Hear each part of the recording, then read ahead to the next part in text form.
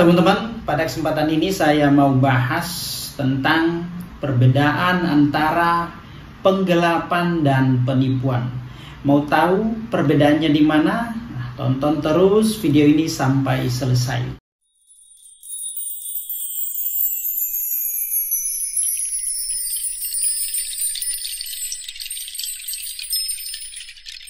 Penggelapan dan penipuan ini merupakan tindak pidana kejahatan yang diatur di dalam KUHP, Kitab Undang-Undang Hukum Pidana. Nah, di mana kejahatan penggelapan diatur di dalam pasal 372 KUHP tentang penggelapan, dan kejahatan tentang penipuan diatur di dalam pasal 378 KUHP. Nah, tentu kejahatan ini mempunyai perbedaan. Nah, perbedaannya di mana? Kalau penggelapan itu motifnya di belakangan atau di akhir. Nah, kalau penipuan motifnya itu di awal atau di depan, teman-teman. Nah, seperti itu ya.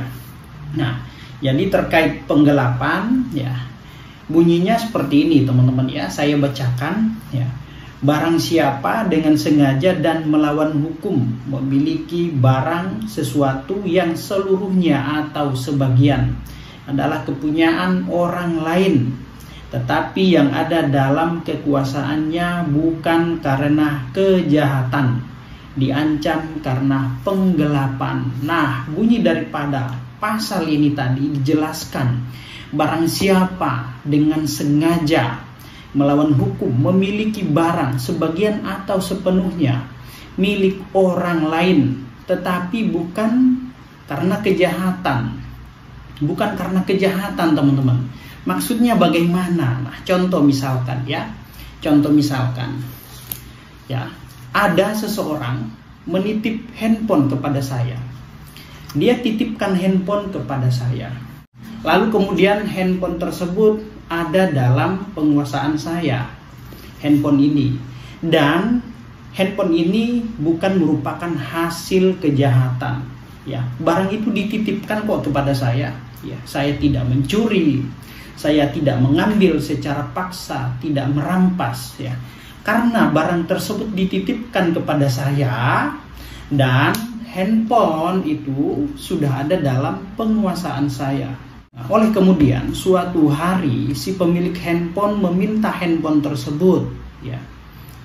Lalu ternyata handphonenya sudah saya alihkan kepada orang lain. Saya sudah jual atau saya gadaikan ke orang lain. Nah, si pemilik handphone marah, minta pertanggungjawaban kepada saya. Nah, tentu saya tidak bisa pertanggungjawabkan karena handphonenya sudah saya berikan kepada orang lain. Nah, itu merupakan perbuatan penggelapan. Saya gelapkan handphonenya. Saya tidak bisa pertanggungjawabkan lagi. Nah, ini merupakan tindakan melawan hukum, masuk dalam kategori perbuatan penggelapan. Nah, itu motifnya di akhir, teman-teman ya, bukan di awal. Ya, akhirnya saya dilaporkan. Nah, itu teman-teman kira-kira. Lalu kemudian penipuan. Nah, penipuan itu diatur di dalam pasal 378 KUHP ya, perbuatan curang ya. Bunyinya kurang lebih seperti ini. Barang siapa dengan maksud untuk menguntungkan diri sendiri atau orang lain secara melawan hukum dengan memakai nama palsu atau martabat palsu, dengan tipu muslihat atau rangkaian kebohongan, menggerakkan orang lain untuk menyerahkan barang sesuatu kepadanya atau supaya memberi utang maupun menghapuskan utang, diancam karena penipuan. Nah, karena saya jelaskan tadi, kalau penipuan itu ya motifnya di awal, beda dengan penggelapan, motifnya di belakangan. Nah, penipuan itu motifnya di awal. Nah, contoh misalkan ya, ada seseorang yang ingin pinjam uang kepada saya. Nah, lalu kemudian ya dia melakukan bujuk rayu, melakukan tipu muslihat, rangkaian kebohongan, martabat palsu, bahwasanya dia saat ini butuh uang dalam kondisi mendesak. ya, karena ada keluarganya yang sedang dirawat di rumah sakit dan dia butuh uang pengobatan. Nah, untuk meyakinkan saya, ya, dia memberikan jaminan sertifikat rumah. Nah, akhirnya saya merasa yakin pertama, terus kemudian saya kasihan karena dia mengatakan butuh dana untuk biaya pengobatan keluarganya. Akhirnya saya berikan pinjaman uang. Dan ternyata setelah ditelusuri, ya, itu semua tidak benar, bohong, ya. Ada rangkaian kebohongan di sana.